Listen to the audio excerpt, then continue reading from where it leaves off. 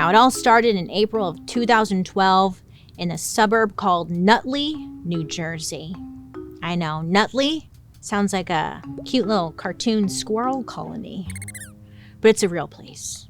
So a 5-year-old girl walks into her kindergarten class with what school officials would describe as a, quote, pretty severe sunburn, end quote. And this poor little girl is in pain.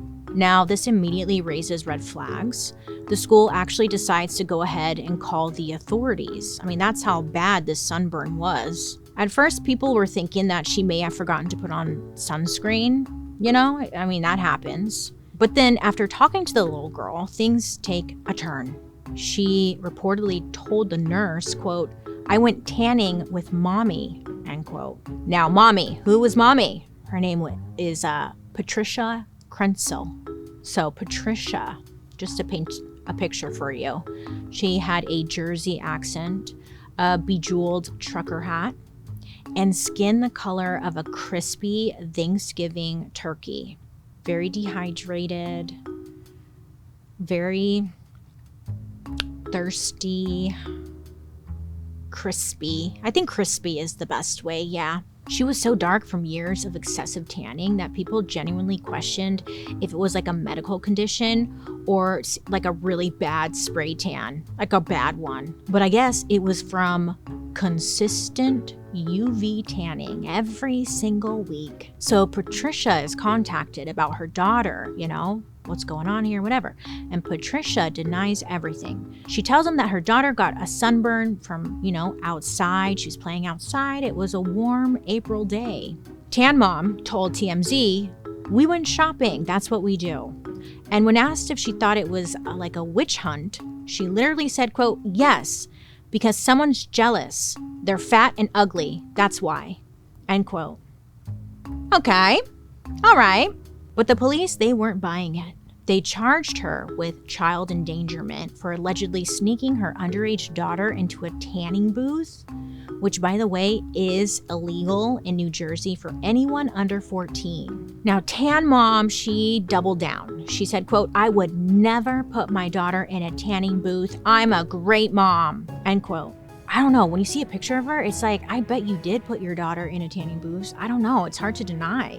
So as the story blew up, tanning salons across New York, New Jersey, and Connecticut were like, absolutely not, okay? And they banned Tan Mom from their salons. Patricia, Tan Mom, she got banned from over like 63 tanning salons in the tri-state area.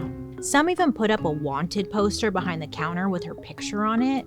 It was serious. Apparently, this was necessary because she had a reputation for being relentless and a little aggressive when it came to getting her tan on. Some salons claimed that she would actually bring her daughter in regularly, while others said that the daughter never stepped inside. The owner of City Tropic Salon, where the incident allegedly took place, claimed that the girl was outside the entire time with her dad and brother. So it's hard to say who's telling the truth here. At the end of the day, I think these companies are also trying to protect their ass because they can get in trouble. So they're like, no, she wasn't in here. But we don't know who's telling the truth. The whole thing turned into a media circus. I mean, Patricia went viral. She was everywhere. Talk shows, memes, SNL. Yeah, Kristen Wiig played her with like orange body paint. Everyone was kind of making fun of her, poor lady. I mean, she looked insane. So, you know, in the midst of all the chaos, In Touch Weekly swooped in with an idea.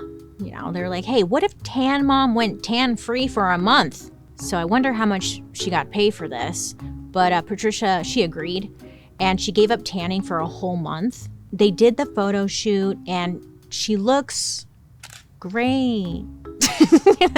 She looked fine. She looked normal. She looked normal. I'll give her that. You know, but they ask her, like, how do you feel? She's like, weird and pale. Now, to be fair, tanning addiction is a very real thing. It's called tanorexia, which sounds kind of silly and fake, but it's a real thing. Studies have shown that UV exposure can release endorphins, aka feel-good chemicals in the brain. And for some people, that can turn into a full-blown addiction. It's like a runner's high, but for your skin. And if you've ever tanned in a tanning booth, you know exactly what it is. Afterwards, you feel really good. I don't know what that is, but you kind of stink. You smell crispy. Anyways, so what did we take away from the story of Tan Mom?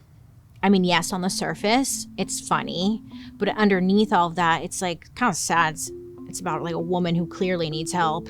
And also the fact that a literal 5-year-old may have ended up baking in a tanning bed. The International Agency for Research on Cancer has classified indoor tanning devices as carcinogenic, and they found evidence that using a tanning bed before the age of 30 leads to a 75% increase in melanoma risk. And math, it's kind of hard, but 75%? That's a crazy bump in your odds, okay? Listen, I didn't even mention though, but going on in tanning beds, it freaking ages you like crazy. Is that what you want? You want to age at a crazy fast rate? I don't think you do. And according to the American Academy of Dermatology, a single blistering sunburn can nearly double one's lifetime risk of melanoma. Again, the most deadly form of skin cancer.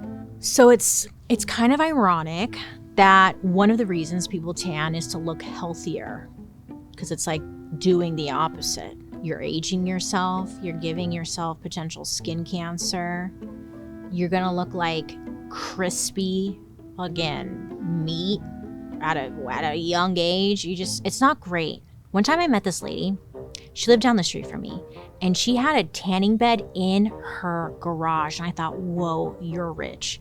But I was like, what? She would tan like 3 times a day because she didn't like the limitations that tanning salons had put on her. She had limitations. And she looked rough. I wonder where she is today. So, what have we learned today, friends? Everything is bad. I know. We've always gone to really crazy lengths for beauty, intentionally and unintentionally. And look, at the end of the day, I think it's safe to say we're just trying to be cute. Why are they trying to kill us? You know? And it's like, why is no one looking out to make sure that these things are safe? It's like they put it out there, and then years later we hear, hey, this thing is actually killing you. And it's like, well, I've been using it for 20 years. So, great. You know? Jesus. Whether it's blasting asbestos onto our head, microwaving ourselves in tanning beds, or literally being banned from like 60 tanning salons, like our girl Tan Mom, it turns out we all been just a little too willing to risk our health for our looks. And for what? A glisten, a shimmer? You look tan, oh my god, I love your like little Playboy like sticker on your hip, that's crazy. Your nails, oh my god, they're so great. Yeah, we do want that, okay? Is that too much to ask? But safely. The good news is that we've evolved a little. Look, we have spray tans now. I'm sure I'll tell you in a couple years that the spray tan you're inhaling is probably killing you, but we got that. And you won't smell like burnt crayons afterwards. And sunscreens.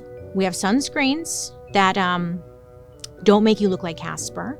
And we even have hair dryers that won't give you mesothelioma. So that's great. Progress.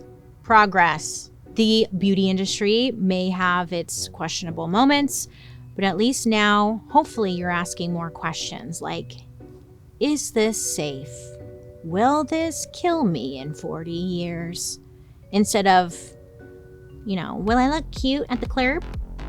Or maybe you don't care.